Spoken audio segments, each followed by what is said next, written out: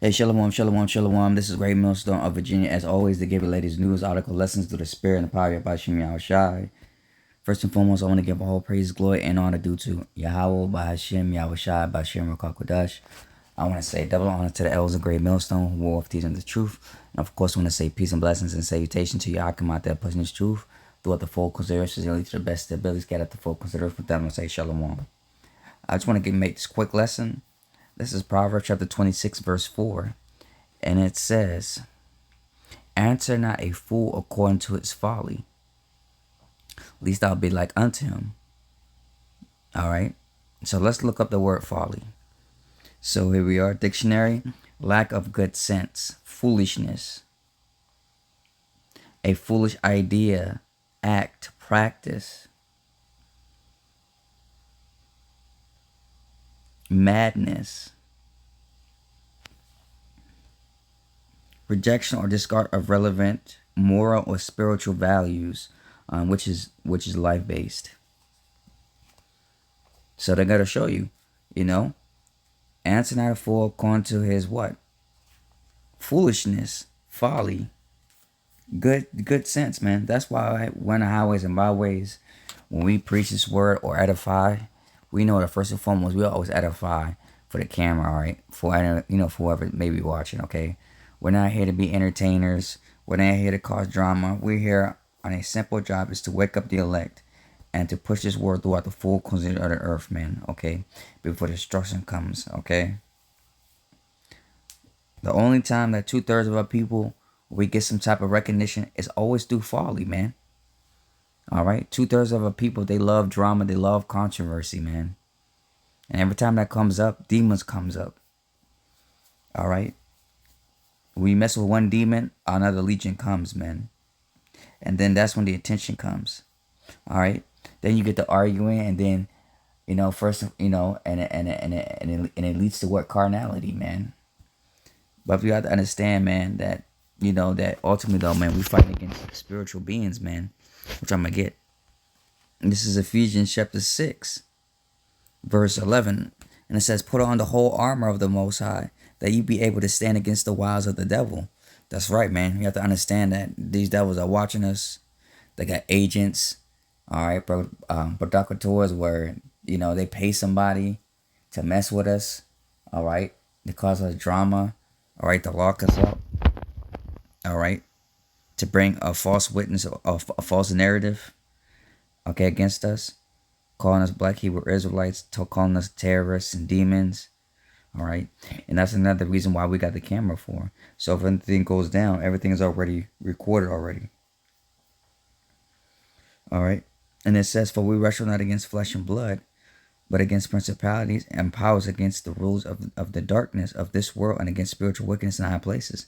Yeah, man. So ultimately, though, man, again, we're battling against these demons, man. All right. We're at war.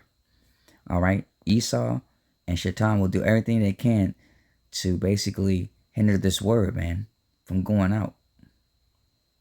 We have to understand, even like I said, for example, Job, man, when the Most High told Satan to test Job, man. All right. Same thing that the Lord doing. We know ultimately what's it about. All right. But like I said, I always say, the easier said than done. So if anybody tries to come up, just deal with them accordingly, man. All right. If they don't get it, just keep moving. Because I want to get this. All right. This is a spiritual being. This is Romans chapter 8, verse 7. It says, "For they that are after the flesh do mind the things of the flesh, but they are of the spirit, do the things of the spirit." Yeah. So, like I said, we're not here to be confrontation with these people, man. Of course, don't get me wrong, we have the right to defend ourselves. But, before that, I'm saying, even happens, I'm saying, we got to think cautiously, man. Because you never know, it could be a setup. All right? And be careful what you say, man. It says, "For the carnally minded is death, but to be spiritually minded is peace, life and peace. Because carnally minded is enemy against the Most High, for he is not subject to the law of the Most High, neither indeed can he. So then they that are of the flesh cannot please the Most High." And that's right, man.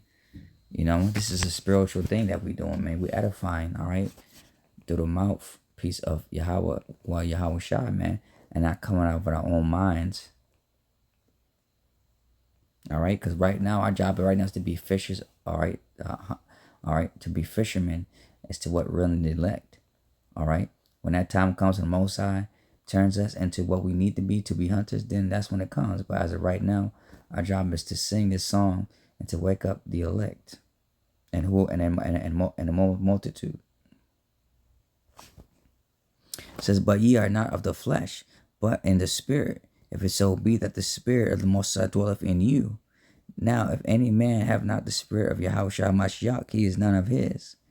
And if Yahushua be in you, the body is dead because of sin. Yeah, because don't forget that Yahushua came in the flesh too. But, you know what I'm saying? But even though Yahushua, you know what I'm saying, wanted to take his, you know what I'm saying, his cross away, but he did it anyways. All right? Because he already knew. All right? When the centurions came to get Yahushua, you know what I'm saying? He could have sent legions of angels, but he didn't do that. He didn't get physical or carnal because he knew what time it was. All right? That's why we got to have that mindset too. All right? The scripture says what? In First Timothy, it says what? Bodily exercise profit little, but wisdom gain of all things, man. You have to be wise and you have to use wisdom. All right? In times to come, especially in Jacob's trouble, man. All right? When we talk to these people who deal with these people, when you see a bug out, you know what I'm saying? Just move to the sides. When you see 2/3, just get out the way, man. You know what I'm saying? We can't let pride or ego get in the way. And I'm also speaking for myself too, because sometimes, you know what I'm saying, we need to check ourselves. All right, let me get this scripture. This is a good one too. This is Psalms chapter 62. It's like Psalm 26. And start from the top. Judge me, O Lord, for I have walked in my integrity. Where's the word integrity? It says a quality of being whole, complete, undivided.